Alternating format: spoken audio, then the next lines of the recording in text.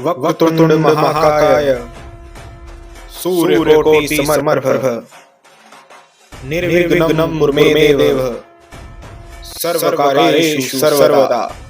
दोस्तों, आप सभी को गणेश चतुर्थी की ढेर सारी शुभकामनाएं। गणेश चतुर्थी का पर्व भाद्रपद मास के शुक्ल पक्ष की चतुर्थी को मनाया जाता है। इस दिन बुद्धि, ज्ञान और विघ्नहर्ता भगवान गणेश जी का जन्म हुआ था।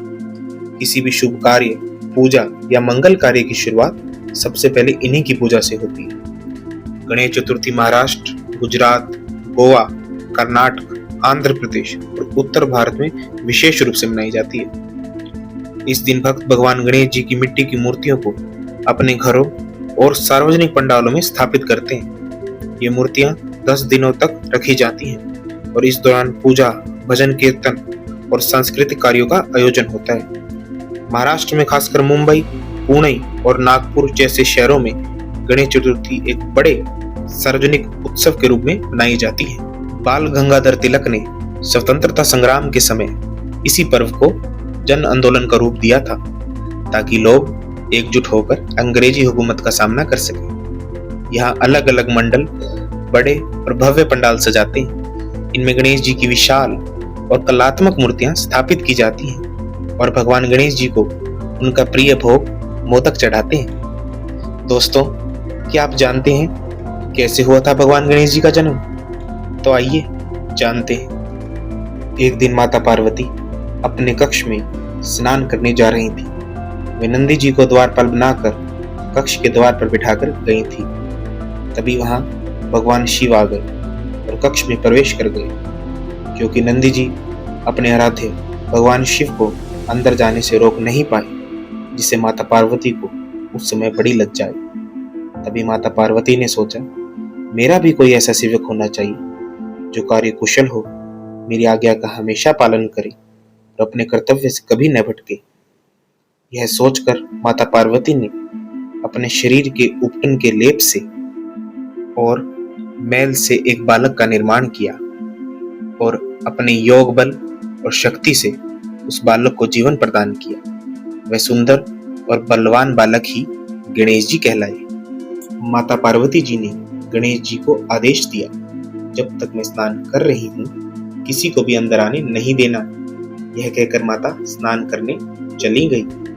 तभी वहां भगवान शिव आ गए और भीतर जाना चाहा, पर गणेश जी ने उन्हें रोक दिया, क्योंकि उन्हें माता के आदेश का पालन करना था। भगवान शिव के गणों ने और खुद भगवान शिव ने गणेश जी को समझाया, पर गणेश जी नहीं माने। तब भगवान शिव को क्रोध आ गया और उन्होंने अपने गणों को आदेश दिया, इस बालक को यहाँ से हटा दो। तब शिव गणों ने गणेश जी के साथ युद्ध किया और गणेश जी ने एक एक कर सभी शिव गणों को हरा दिया और द्वार पर खड़े रहे। तभी वहां पर ब्रह्मा जी और भगवान श्री हरिनारायण प्रकट हुए। उन्होंने भी गणेश जी को बहुत समझाया, पर गणेश जी नहीं माने और द्वार पर डटे रहे। यह देखकर भगवान शिव को क्रोध आ गया और वह गणेश जी के साथ युद्ध करने लगे। तब भगवान शिव के क्रोध की सारी सीमाएं टूट गई। उन्होंने अपने त्रिशूल से गणेश जी के सिर को धड़ से अलग कर दिया।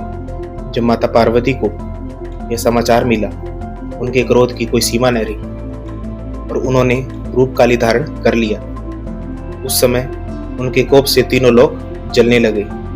माता ने कहा, या तो मेरे पुत्र को जीवित कर दो, नहीं तो मैं संसार का सर्वनाश कर दूंगा। देवताओं ने भगवान शिव से प्रार्थना की, प्रभु माता को शांत करें। तब भगवान शिव ने अपने गणों को और इंद्र आदि देवताओं को आज्ञा दी कि उत्तर दिशा की ओर जाओ और जो भी पहला प्राणी मिले जो दक्षिण दिशा की ओर सिर करके सो रहा हो, उसका सिर ले आओ। शिव गणों को और इंद्र आदि देवताओं को एक हाथी का बच्चा मिला, जिसका सिर दक्षिण दिशा की ओर था। वह उसका सिर ले आए। भगवान शिव ने वह सिर गणेश जी के धड़ पर स्थापित कर दिया और उन्हें पुनर्जीवित कर दिया। जब भगवान शिव की कृपा से पार्वती पुत्र गणेश जी जीवित हो गए, तो माता पार्वती का क्रोध शांत हो गया और वह महाकाली से पार्वती मैया के रूप में वापिस आ गई और गणेश जी को गले लगा लिया। तब भगवान शिव और माता पार्वती ने गणेश जी को वरदान दिए। पहला, कि सभी देवताओं से पहले पूजन भगवान गणेश जी का होगा, इसलिए वह प्रथम पूजनीय देवता कहलाए। दूसरा, वे विघ्नहर्ता कहलाएंगे, जो विघ्नों को दूर करेंगे। तीसरा, गणेश जी को गणों का नायक होने का भी पद मिला, इसलिए वह गणपति कहलाए। दोस्तों, इस कथा से हमें यह शिक्षा मिलती है कि हर मनुष्य को अपने कर्तव्य का सम्मान करना चाहिए, जैसे भगवान गणेश जी ने किया। तो अपने माँ बाप का आदर करने वाले को ही सदा सबका आशीर्वाद मिलता है। तो दोस्तों, इस तरह हुआ था गणेश जी का जन्म, और वे प्रथम पूजनीय, विघ्नहर्ता और सबके प्रिय बने। अगर आपको हमारी वीडियो पसंद आई हो तो हमें लाइक, सब्सक्राइब और शेयर करें, और कमेंट करना ना भूलें। आपका प्यार और आशीर्वाद हमारे लिए बहुत जरूरी है। धन्यवाद।